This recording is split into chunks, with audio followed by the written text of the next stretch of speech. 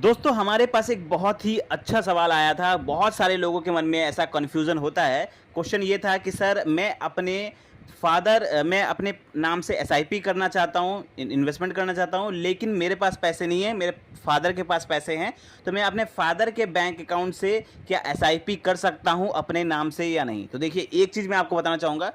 Mutual fund में क्या होता है, अगर आप एसआईपी इन्वेस्टमेंट कर रहे हैं या लमसम इन्वेस्टमेंट कर रहे हैं, जैसे भी किसी भी माध्यम से आप इन्वेस्टमेंट कर रहे हैं, तो आप जब इन्वेस्टमेंट करते हैं, जब आप किसी ऐप में के थ्रू इन्वेस्टमेंट कर रहे हैं, तो आपका क्या होता है कि आपका एक फुल केवाईसी होता है। फुल केवाईसी का मतलब होता है आपके आधार कार्ड, आपके पैन कार्ड, आपका ही आधार कार्ड लगेगा, आपका ही पैन कार्ड लगेगा, आपका ही बैंक अकाउंट लगेगा।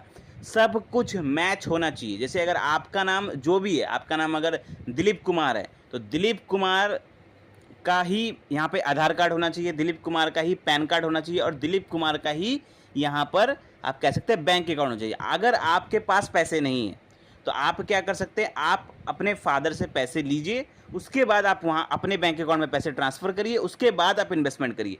अगर आप उनके बैंक अकाउंट से करना चाहेंगे तो ये पॉसिबल नहीं है। अगर आप किसी एजेंट के थ्रू करवा रहे हैं या किसी डिस्ट्रीब्यूटर के थ्रू या बैंक में भी जाके करवा रहे हैं, तो ये भी वहाँ पर भी ये पॉसिबल नहीं है, क्योंकि सब कुछ मैच होना चाहिए। और आजकल तो डीमेट अकाउंट के थ्रू हो रहा है, तो वहाँ पर भी आपको डीमेट अकाउंट जो आप बनाएंगे वो अपने नाम से ही आपको बनाना पड़ेगा। तो जो भी इन्वेस्टमेंट कर रहा है आप उनके वहाँ से ही करवा सकते हैं, आप दूसरे के थ्रू नहीं करवा सकते। आप चाहे आपकी फादर में हो, आप हाँ, आप एक काम कर सकते हैं कि आप उनको नॉमिनी में रख सकते हैं। अगर आप इन्वेस्टमेंट कर रहे हैं तो आप उनको नॉमिनी में डाल दीजिए, ताकि बाद में जाके कोई दिक्कत हो तो पैसा उनको मिले। तो ये बात है कि आप उनके बैंक अकाउंट से अपना एसआईपी डिडक्ट नहीं करवा पाएंगे। आपको अगर करना है इन्वेस्टमेंट तो आपको खुद के अकाउंट से ही यहाँ पर इन्वेस्टमेंट करना पड़ेगा।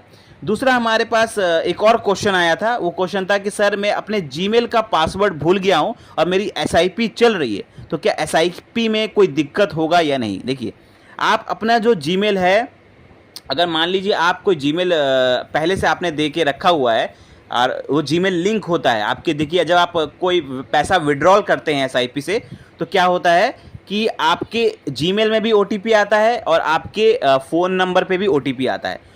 तो अगर जीमेल आपका चेंज हो गया है, अगर आप भूल गए हैं आप उसका पासवर्ड या जो भी है, तो आप चाहे तो जीमेल का पासवर्ड रिकवर कर सकते हैं, ऐसा भी कर सकते हैं। अगर आप वो भी नहीं कर सकते तो आप उस अपने जीमेल आईडी को ही चेंज कर दीजिए। जीमेल आईडी को चेंज, मान लीजिए अगर आप ग्रो ऐप के माध्यम से इन्वेस्टमेंट करते हैं, किसी भी ऐप के माध्यम से इन्वेस्टमेंट करते हैं, तो आप क्या करिए, अपना उस ऐप में जाइए और वहाँ पर अपना जब पर्सनल डिटेल का वहाँ पे जाएंगे तो आप वहाँ पे चेंज ईमेल का ऑप्शन भी आता है, जो आप चेंज ईमेल कर सकते हैं। अपना ईमेल को आपको चेंज कर सकते हैं, नया ईमेल बना लीजिए, या अपने किसी दूसरे ईमेल जो है वहाँ से आप उसे लिंक कर सकते हैं। लिंक करने से क्या होगा कि आपको दिक्कत नहीं आएगी, बाद में जाके आगे जाके आपको दिक्कत नहीं आएगी। बाई चांस मान लीजिए अगर आपका फ़ोन नंबर कुछ गुम हो जाता है, तो अगर पैसा आपको निकालना रह जाएगा, तो आप हो सकता है कि आप अपने जीमेल पे जो ओटीपी आएगा उससे भी आप पैसा निकाल सकते हैं। तो आप ऐसा करके भी अपने आप को सुरक्षित रख पाएंगे और आपको दिक्कत नहीं होगा। और वैसे अगर पासवर्ड भूल गए तो आप फॉरगेट पासवर्ड करके भी आप उसको रिकवर कर सकते हैं।